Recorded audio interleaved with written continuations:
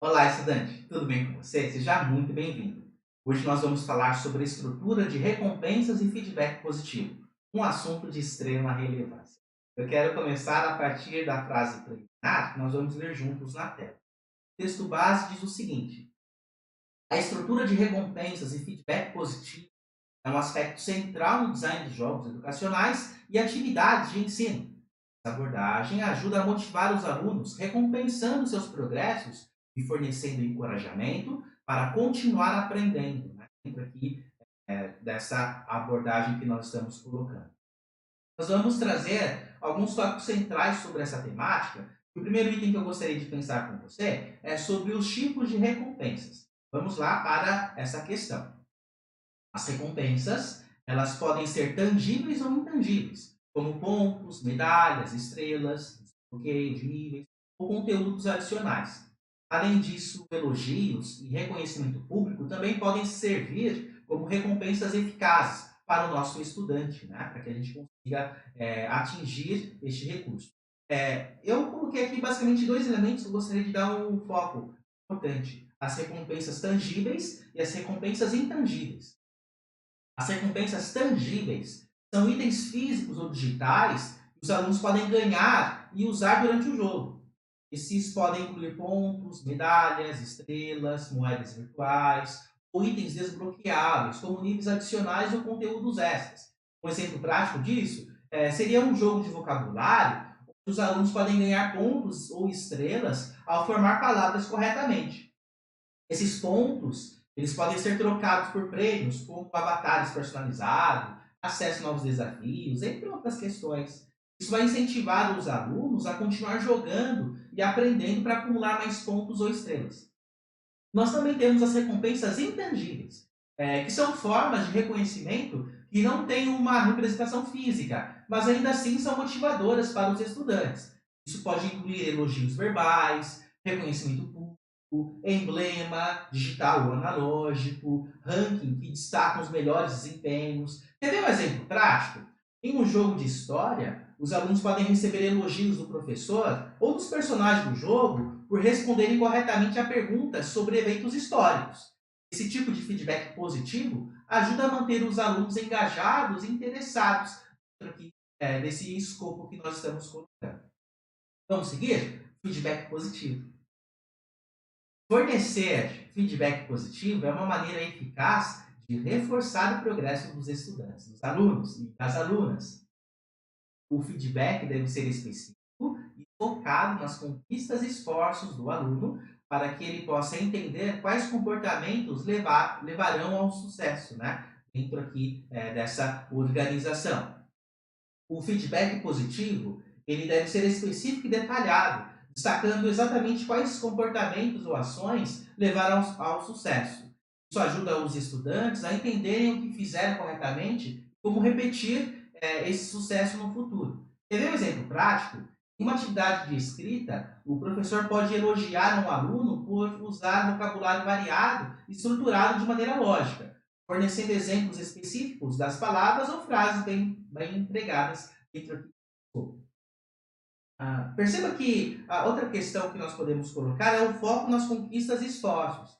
É importante reconhecer tanto as conquistas quanto os esforços dos estudantes. Ao focar no processo de aprendizado e na dedicação do aluno, em vez de apenas observar os resultados, nós podemos incentivar a persistência e a resiliência. Quer ver um exemplo prático? Em uma aula de ciência, o professor ele pode elogiar um aluno por sua persistência em tentar diferentes métodos de experimentação, mesmo que o resultado final não tenha sido como esperado, mas nós conseguimos identificar um esforço que o aluno está entregando dentro aqui dessa experiência. Outra questão que nós podemos colocar, né, dentro desse escopo é o reforço positivo. O feedback positivo ajuda a reforçar os comportamentos desejados, criando uma associação entre esses comportamentos e sentimentos de realização e satisfação.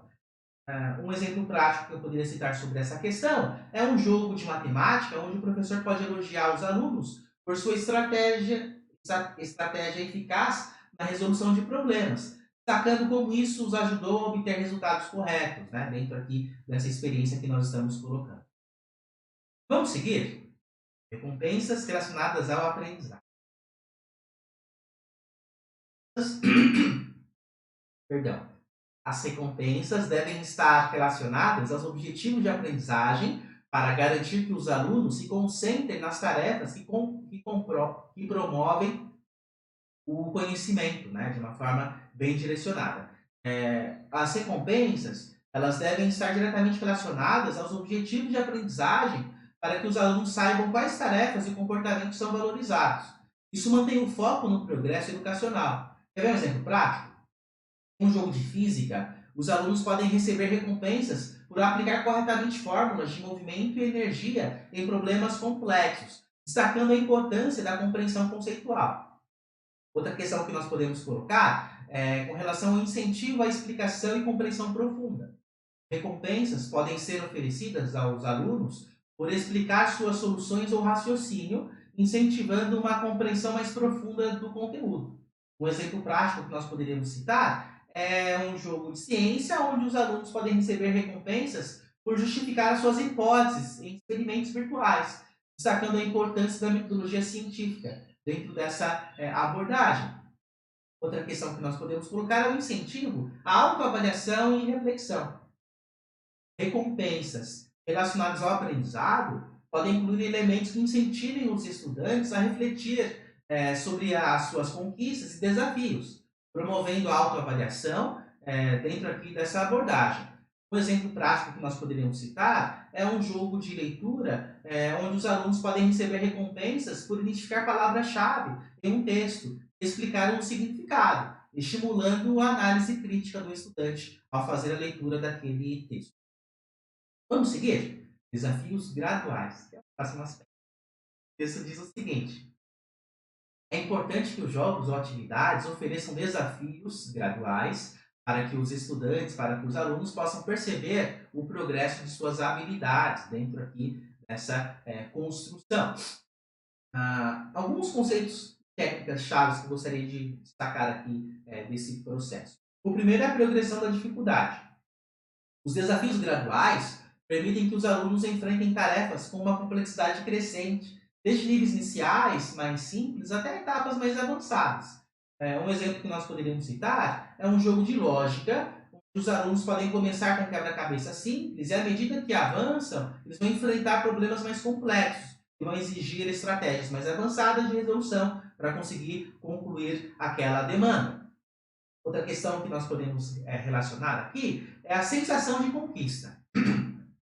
Ao superar desafios progressivos, os estudantes experimentam uma sensação de conquista, que pode aumentar a sua autoestima e a confiança. Um exemplo que nós poderíamos citar é um jogo de matemática, onde os alunos podem receber recompensas por dominar conceitos básicos antes de avançar para tópicos mais desafiadores, como álgebra ou geometria. Por fim, o último item que nós podemos colocar é o feedback para aprimoramento. Conforme os alunos eles enfrentam desafios crescentes, é importante fornecer feedback específico para ajudá-los a entender os seus acertos e também os seus erros, facilitando o aprendizado contínuo. Um exemplo que nós podemos colocar é um jogo de ciência, onde os alunos eles recebem feedback sobre suas respostas a perguntas de múltipla escolha, identificando áreas em que eles precisam estudar um pouco mais para cumprir, né, com os recursos que nós estamos estipulando dentro dessa abordagem. Por fim, o último item que eu gostaria de pensar com você é sobre a flexibilidade e adaptabilidade. Veja comigo o nosso último slide. O texto final apresenta o seguinte: os jogos devem ser flexíveis o suficiente para se adaptar ao ritmo e estilo de aprendizado de cada aluno. A personalização da experiência de aprendizado ajuda a manter os alunos motivados, engajados aqui dentro desses pontos. Os jogos eles devem oferecer opções para que os alunos eles escolham o nível de dificuldade e os tópicos que desejam explorar. Isso ajuda a manter os alunos engajados e motivados. Exemplo sobre essa questão seria um jogo de ciência, onde os alunos podem selecionar temas como biologia, física ou química, com níveis de dificuldade variáveis, de acordo com as suas preferências e conhecimentos prévios, né? Então, nós podemos deixar o aluno à vontade dentro desse A outra questão que nós podemos colocar é o ritmo de aprendizado. A adaptabilidade permite que o aluno ele avance no jogo no ritmo que melhor se adapta às suas necessidades. Isso previne frustrações ou desinteresse que podem surgir ou forçar um ritmo inadequado. Por exemplo, num jogo de idioma, os alunos podem progredir em seu próprio ritmo, revisando e praticando palavras e frases até se sentirem confortáveis para poder avançar para os próximos aspectos. Pensando sobre isso, eu poderia citar a questão dos desafios personalizados. A capacidade de personalizar desafios de acordo com o nível de habilidade de cada aluno ajuda a mantê-los engajados e motivados para continuar aprendendo. Um exemplo que nós poderíamos citar é um jogo de história, onde os alunos podem enfrentar perguntas adaptadas ao seu nível de conhecimento atual sobre um período histórico específico. E o último aspecto são os caminhos alternativos. Prover, ou seja, apresentar múltiplos caminhos de aprendizagem dentro do jogo, permite que os alunos eles tenham oportunidade de escolher entre várias abordagens para poder atingir os objetivos educacionais. O nosso último exemplo, no jogo de geografia, os alunos poderiam optar por explorar diferentes regiões do mundo, de acordo com seus interesses, ou seguir uma trajetória linear para completar um mapa. Ao fornecer flexibilidade e adaptabilidade, jogos educacionais criam um ambiente de aprendizado inclusivo e atente às necessidades de uma variedade de estilos e níveis de aprendizado, promovendo uma experiência mais satisfatória e eficaz para os estudantes. Eu fecho a minha conversa, a minha reflexão com o seguinte pensamento, né, para que a gente consiga já pensar na próxima aula. Uma estrutura de recompensa e feedback positivo bem planejada pode criar uma experiência de aprendizado mais envolvente e motivadora para os alunos, contribuindo para o seu desenvolvimento acadêmico e pessoal. Na próxima aula, nós vamos falar sobre a adaptação de jogos comerciais para uso em sala de aula. Talvez esse processo de criar um game possa ser muito complexo para você e na próxima aula a gente vai falar sobre de que maneira a gente consegue adaptar um jogo já existente. Facilita o processo de aplicação. Desejo a você bons estudos, boa pesquisa e até a próxima aula. Tchau, tchau!